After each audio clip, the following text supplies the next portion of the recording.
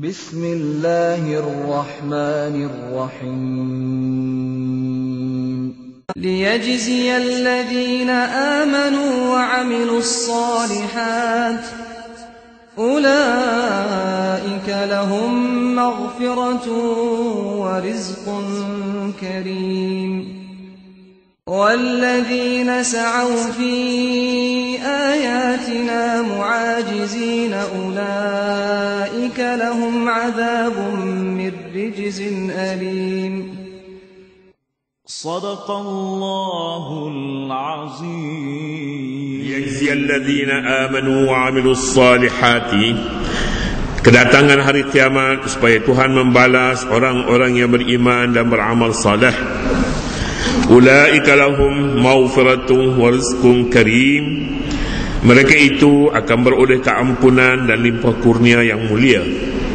Walladzina sa'u fi ayatina mu'ajizin. Dan sebaliknya orang-orang yang berusaha menentang dan membatalkan ayat-ayat keterangan kami sambil menyangka dapat melepaskan diri dari hukuman kami, ulaika lahum azabun min rijzin alim. Mereka itu akan beroleh azab dari jenis azab seksa yang tidak terperi sakitnya.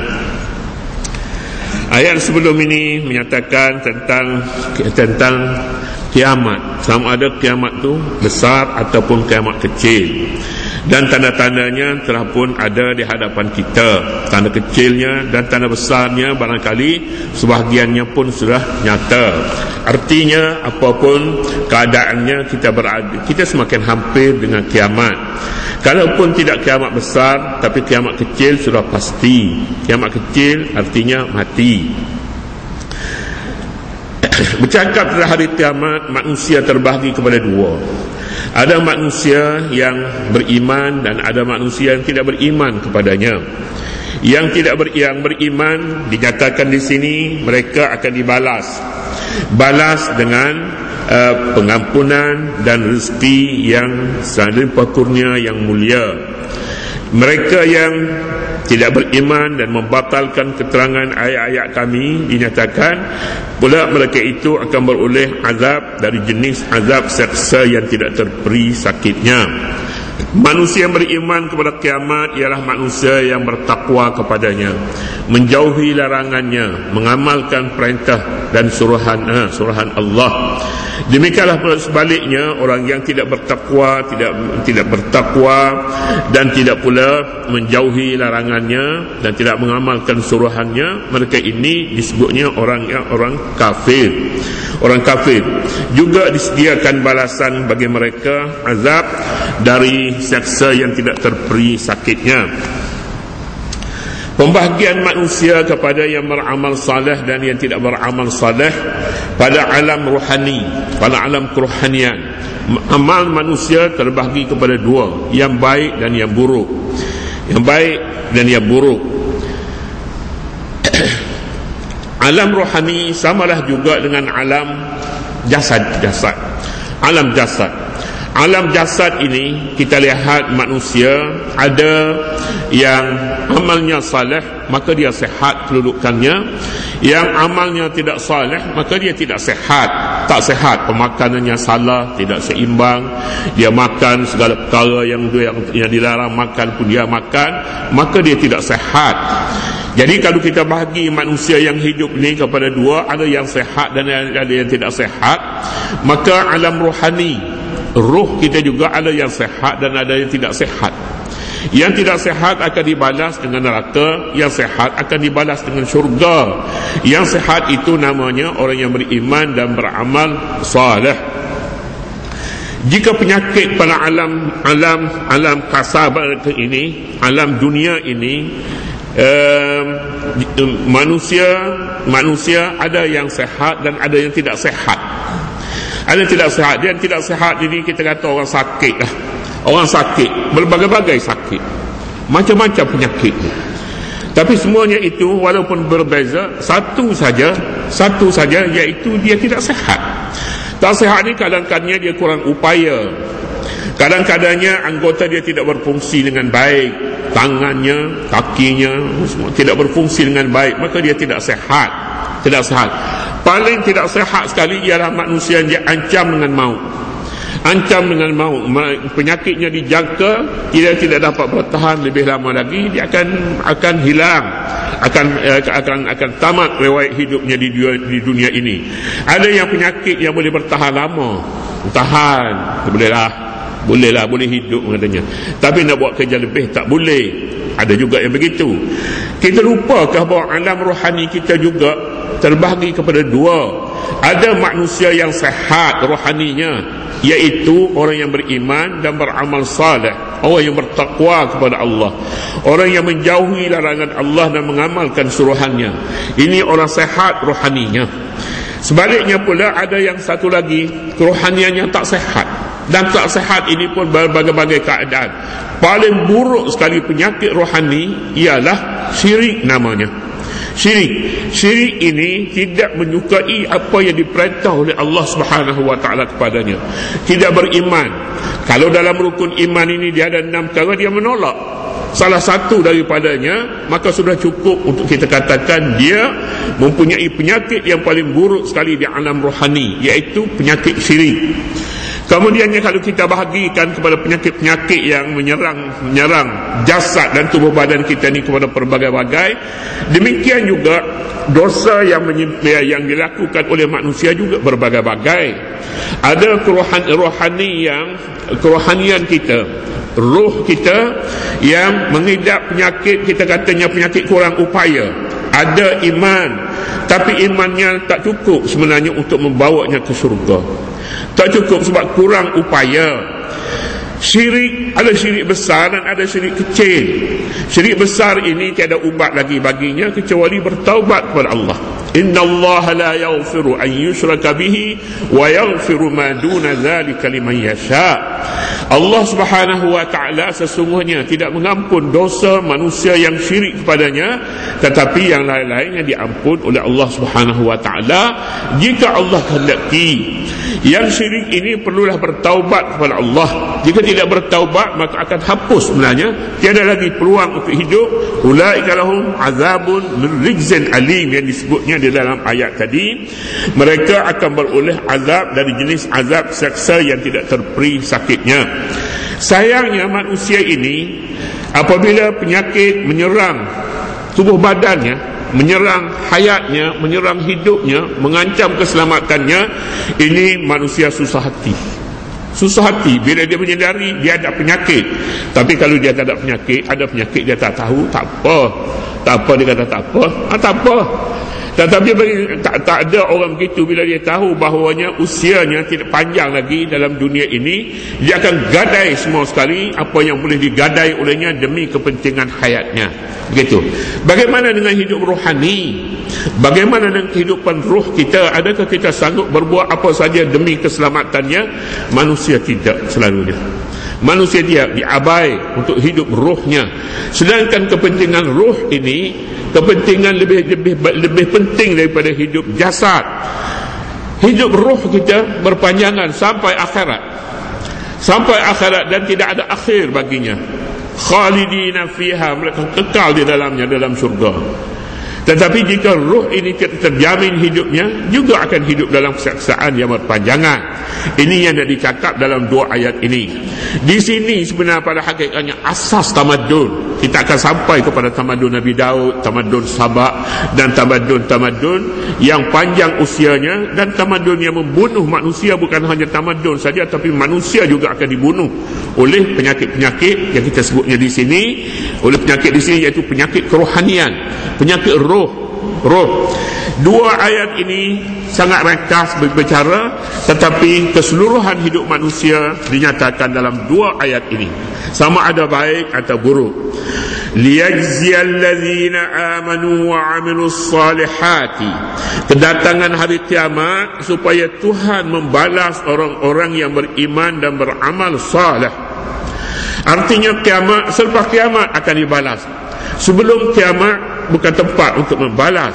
Manusia hidup di dunia ini bukan tempat untuk membalas amalan mereka. Dunia kita selalu sebutnya Daru al-Ibtila, tempat menguji mereka. Dalam ujian ini sebenarnya belum dapat ditentukan lagi ujian semata-mata dia menduduki ujian, dia belum dapat menentukan dirinya gagal ataupun tidak. Tetapi akhirnya setelah selesai semua sekali ujian, barulah dia akan lihat keputusannya sama ada berjaya ataupun tidak. Akhirnya hidup di dunia ini dengan kiamat. Sebelum kiamat di dunia ini, jika Allah Subhanahu wa ta'ala balas terhadap dosa dan kesalahan yang dilakukan olehnya, pembalasan itu bukan pembalasan terakhir. Pembalasan hanya amaran. Jika dia dapat kembali ke pangkal jalan, maka rekodnya akan bersih. Tapi jika dia teruskan dengan amal kejahatannya, neraka akan disediakan baginya, iaitu satu pembalasan yang tidak ada lagi keburukan yang lebih buruk daripada pembalasan neraka pada hari akhirat. liyajziyal ladzina amanu wa 'amilus salihati. Kedatangan hari kiamat supaya Tuhan membalas orang-orang yang beriman dan beramal saleh. Kerap ayat menyebutkan iman mestilah digandingkan dengan amal saleh. Iman tanpa amal saleh belum menjamin kebaikan hidupnya, kemenangannya, kejayaannya di akhirat. Demikian juga dengan amal yang saleh tanpa iman, dua-duanya mesti digabungkan sekali. Liyajziyal ladzina amanu wa 'amilus salihati ulaika lahum maghfiratun wa rizqun karim. Mereka itu akan beroleh keampunan. Ini satu jaminan Allah Subhanahu wa ta'ala.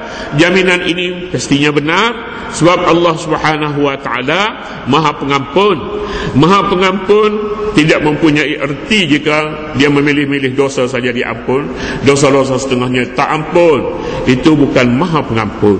Maha Pengampun akan sapu licin semua sekali dosa manusia, akan dibersihkan semua sekali. Siapa?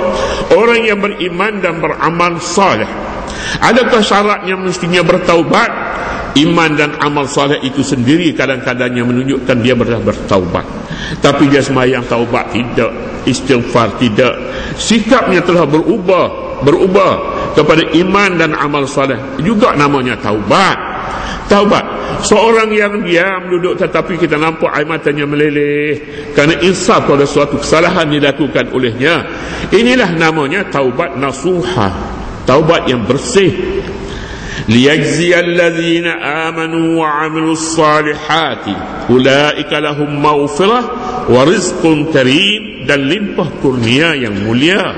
Tidak dinyatakan jenis limpah kurnia yang mulia. Ini Allah Subhanahu wa ta'ala yang padanya semua perkara ada padanya, dia tidak akan menyebut, takkan sebut balasan limpah kurnia yang besar itu. Apa artinya? Apa maksudnya? Tidak perlu bagi Allah Subhanahu wa ta'ala menyebut, tapi pastinya limpah kurnia itu mulia. Apalagi yang lebih mulia daripada syurga. Mungkin kita kata ada lagi yang lebih mulia daripada syurga, ada lagi. Itulah juga terjemahan kepada rizqun karim, rezeki yang mulia.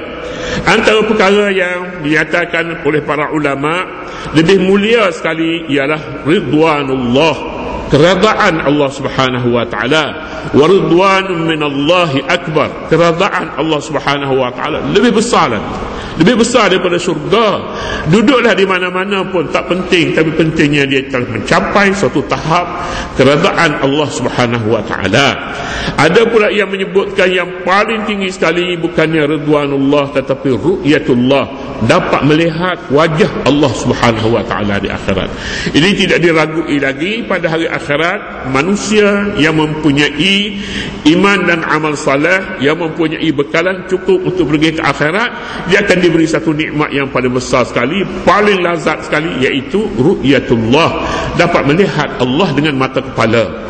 Di dunia ini mungkin nabi-nabi dapat melihatnya, tetapi bagi manusia sekatannya terlalu banyak. Alam ini kasar, kita tidak nampak jika ada sekatan. Tapi alam akhirat syaffaf, nipis dan telus dia boleh nampak. Hatta wajah Allah Subhanahu wa ta'ala juga dapat dilihat. Itu namanya rizqun karim. Walladzina sa'u fi ayatina mu'ajizina, dan sebaliknya orang-orang yang berusaha menentang dan membatalkan ayat-ayat keterangan kami. Ini orang yang derhaka kepada Allah. Manusia dilahir Allah ke dunia ini dengan fitrah semula jadi. Fitrah artinya bersih.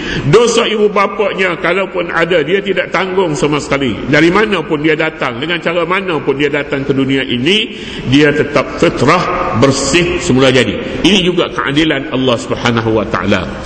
Oleh yang demikian, kalau dia melakukan dosa, maka itu bukan kerana faktor lain, faktor tidak, bukan kerana bapaknya dan ibunya, tidak, tetapi usahanya sendiri.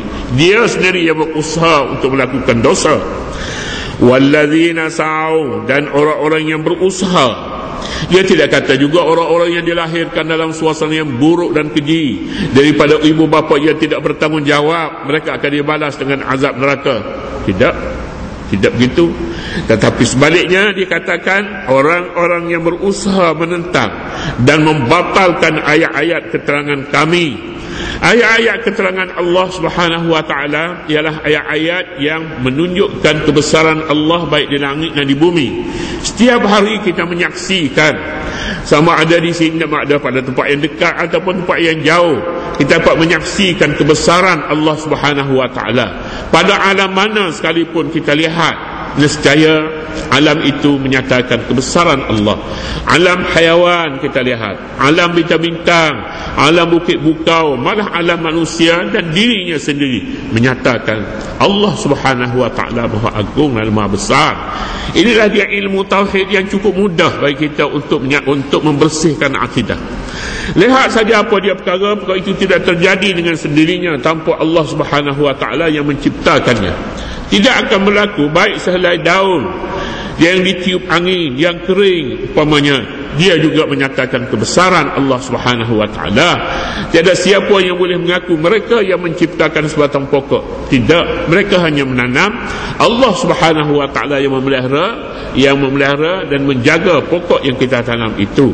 Kankah ini adalah satu bukti bahawa Allah Subhanahu wa taala Maha Esa dan Maha Agung? Dan jika kita sampai kepada peringkat itu, maka inilah jalan yang paling bersih untuk mengenali Allah Subhanahu wa taala. Kalau ini tidak menafikan ahli falsafah dia ada cara lain pula untuk memahami Allah Subhanahu wa taala. Kadang-kadang ahli falsafah dia tersilap jalan, lalu dia melakukan syirik secara tak sedar. Dia menyatakan bahawa ciptaannya itu adalah agung, dan keagungan itu melupakan Allah Subhanahu wa taala. Kadang-kadang seorang ahli seni apabila melukis, dengan lukisan itu, dia di hadapan lukisan ciptaannya, dia merasakan itu cukup agung sebenarnya. Pelukis ini dirinya sendiri, dia sudah melakukan satu dosa yang sangat besar, namanya syirik. Ya. Walladzina sa'u fi ayatina mu'ajizina, sambil menyangka dapat melepaskan diri dari hukuman kami. Ya, boleh jadi manusia ini kerana dia merasakan keagungan dirinya, dia dapat melepaskan daripada azab Allah Subhanahu wa taala. Sebenarnya tidak. Kalau dia berusaha melakukan dosa, maka bagaimana boleh dilepaskan dia dengan percuma? Takkan dilepaskan dengan percuma, sebab dia berusaha. Sa'u ni dia gunakan seluruh tenaganya untuk berbuat dosa. Bagi mereka pula, ulaika lahum azabun min rijzin alim, bagi mereka pula azab dari keseksaan, rejaman yang tidak terperi sakitnya. Rijz, hujan batu dari langit, rejaman batu dari langit yang akan menimpa mereka. Diterjemahnya, jenis azab seksa yang tidak terperi sakitnya. Macam mana jenis azab seksa yang tidak terperi sakitnya? Manusia boleh gambar rejaman manusia yang direjam hingga mati dengan sebab kesalahan-kesalahan yang tertentu. Betapa seksanya keseksaan itu. Allah Subhanahu wa taala juga pernah melakukan rejaman batu, iaitu hujan batu yang menimpa manusia, menimpa kediamannya hingga mereka itu mati dengan rejaman batu, namanya azab seksa. Kalaupun tidak di dunia ini rejaman batu tidak berlaku terhadapnya, maka pada hari akhirat juga akan dibakar hangus, akan dibakar juga, namanya tidak terperi sakitnya. Kemudian seterusnya, wa yaral ladzina utul ilma alladzi unzila ilaik, wallahu subhanahu